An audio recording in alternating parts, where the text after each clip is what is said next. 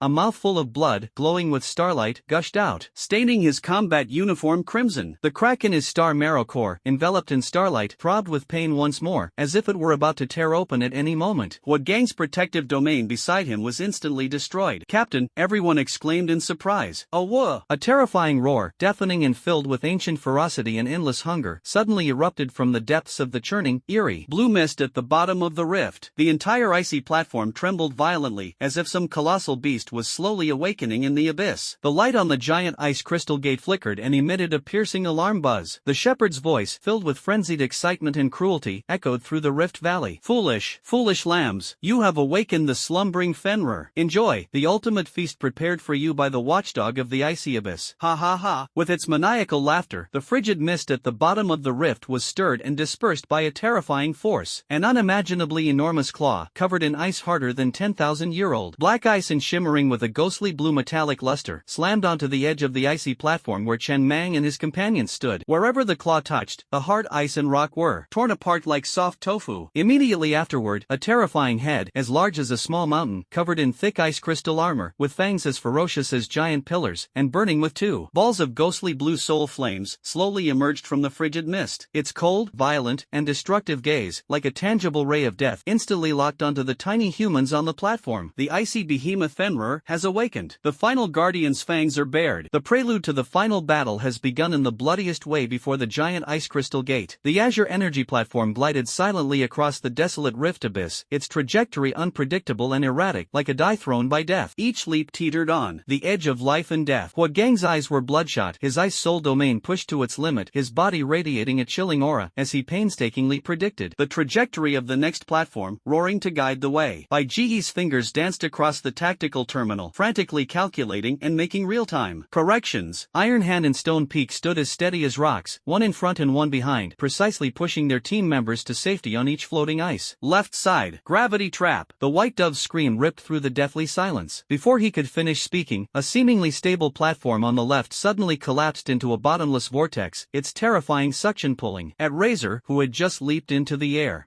Gang roared, forcefully twisting his domain. A rough ice rope instantly solidified, dangerously, wrapping around Razor's waist and pulling him back from the brink of death. The crisp sound of the ice rope breaking and the blood mist spurting from Gang's mouth exploded simultaneously. He knelt on one knee, the light in his domain dimming rapidly, his body trembling violently from exhaustion. Finally, the last ice floe, carrying the battered and bruised team, crashed into the cold rock wall at the end of the rift. A colossal ice crystal gate stood before them, radiating an ancient chill. Intricate, twisted runes were carved into the gate, flowing with a cold luster like a frozen galaxy. The mocking star map projection of the shepherd slowly rotated above the gate, its silent sarcasm piercing the nerves of everyone present like icicles. Lioli knelt by the door, the scanner light flashing rapidly. Structure, incomprehensible. Energy locked. A key is needed, or a specific energy resonance sequence. Her voice was hoarse, trembling with despair. Data packet. White Dove gasped, her finger almost piercing the screen. The puppet core's encrypted data, it's been cracked. It's an activation code, but incomplete. Only 37% complete. Chen Mang wiped away the fresh blood from the corner of his mouth, enduring the tearing pain deep within his star marrow, his eyes cold as knives. Try it, he hissed, his right hand clenching, a wisp of blazing white starlight laboriously coalescing into the nascent form of a light blade, which he then thrust fiercely towards a flowing rune core on the door. Buzz! The massive ice crystal gate suddenly erupted with a blinding, eerie blue light. A terrifying, overwhelming energy backlashed out like an invisible hammer, slamming into Chen Mang. He was sent flying like a kite with a broken string, crashing heavily into the cold rock wall. A mouthful of blood mixed with fragments of internal organs gushed out, and the starfire blade in his hand instantly disintegrated. The cracks in his star marrow core seemed to be torn open again by an invisible hand. The excruciating pain made his vision blur, and he almost fainted. The backlash of energy shockwaves spread like ripples, violently impacting the eternally frozen darkness deep within the rift valley. Roar! A soul-rending roar erupted from the depths of the abyss, causing the entire rift to tremble violently and the ice and rock at the platform's edge to shatter. A colossal claw covered in thick, eerie blue ice crystal armor tore through the ice wall and gripped the platform's edge. Then, a massive, monstrous head burst through the pervasive icy mist, its eye sockets burning with two chilling soul flames, fixed intently on the tiny creature on the platform. Fenrir, guardian of the abyss, minion of the old ones, welcome to your graves. A maniacal laugh echoed from the shepherd's projection. The star map spun rapidly, and icy mental fluctuations violently assaulted everyone's will. The icy behemoth Fenrir had completely broken free of its restraints. Its massive body nearly filled the entire rift, each breath whipping up a gale carrying shards of ice crystals. Its entire body was covered in thick, heavy, azure ice crystal armor, gleaming with a luster as solid as the laws of nature. Any conventional armor-piercing bullet that struck it would only leave a tiny white mark before being deflected. Its giant claws swung down, carrying a chilling aura capable of freezing everything. One ice claw member, slightly slow to dodge, was instantly smashed into a blurry cloud of blood mist, not even having time to scream. The azure soul fire burning in its eye sockets released an invisible mental shock with each flash, like countless red-hot steel needles piercing the brain. Those with weaker wills instantly suffered excruciating headaches, their movements distorted. Despair, like an icy tide, instantly overwhelmed the survivors. Joints! Attack its joints! Iron hands roar cleave through the despair like a thunderclap. His massive figure transformed into a black lightning bolt, charging fearlessly towards the descending giant claw. His enormous fist, covered in special alloy gauntlets, slammed with the force to split mountains and shatter rocks, striking the ice crystal joint of Fenrir's forelimb elbow. Bang! A piercing sound of shattering ice rang out, and the behemoth's movements faltered almost imperceptibly. Cover the iron team. Focus fire on the joints. Sherfoam roared, his eyes bloodshot, as he set up his heavy railgun, the blinding blue plasma beam precisely striking the same spot. Ice Claw team members, Snow Leopard and Eagle Eye followed closely behind, explosive grenades and high-frequency cutting blades raining down, blasting the giant beast's joints into bursts of ice shards and a viscous blue liquid. Fenrir roared in pain, and its other giant claw swept across, aiming directly at the most powerful stone peak. Captain, the Snow Leopard cried out in anguish, lunging forward without hesitation and smashing the stone peak aside with its body. Put! The enormous bone claw pierced through the Snow Leopard's body without resistance, flinging him away like a rag doll, where he slammed heavily against the ice wall. Blood splattered onto the ice, like a glaring red plum blossom, instantly freezing. Shifeng's eyes were bloodshot as he was thrown away by the blast wave, his left arm twisted at an unnatural angle, blood gushing from his mouth. Snow Leopard! Shifeng's mournful cry echoed through the ravine. Huagang's ice soul domain struggled to open again, but its range shrank to barely cover the front of the behemoth's attack. Countless sharp ice spikes instantly condensed within the domain, shooting wildly towards Fenrir's soul fire in his eye sockets like a dense rain of arrows, accompanied by a piercing whistling sound. However, the eerie blue flames only flickered violently a few times, and the ice spikes were twisted, melted, and evaporated by the invisible force field as soon as they approached, with negligible effect. The behemoth's claws, carrying the chilling power to freeze the soul, slammed down again. Huagang's domain barrier trembled violently, cracks spread, blood spilled from his mouth and nose, his body swayed precariously, and the light of his domain flickered erratically. Chen Mang leaned against the cold rock wall, each breath accompanied by excruciating, tearing pain throughout his body. immediately. Cracks spread like a spiderweb across the core of the star marrow. Forcibly condensing starflame would be tantamount to suicide. He watched his iron hand narrowly escape between the giant beast's claws. Shifeng struggled to his feet with his severed arm.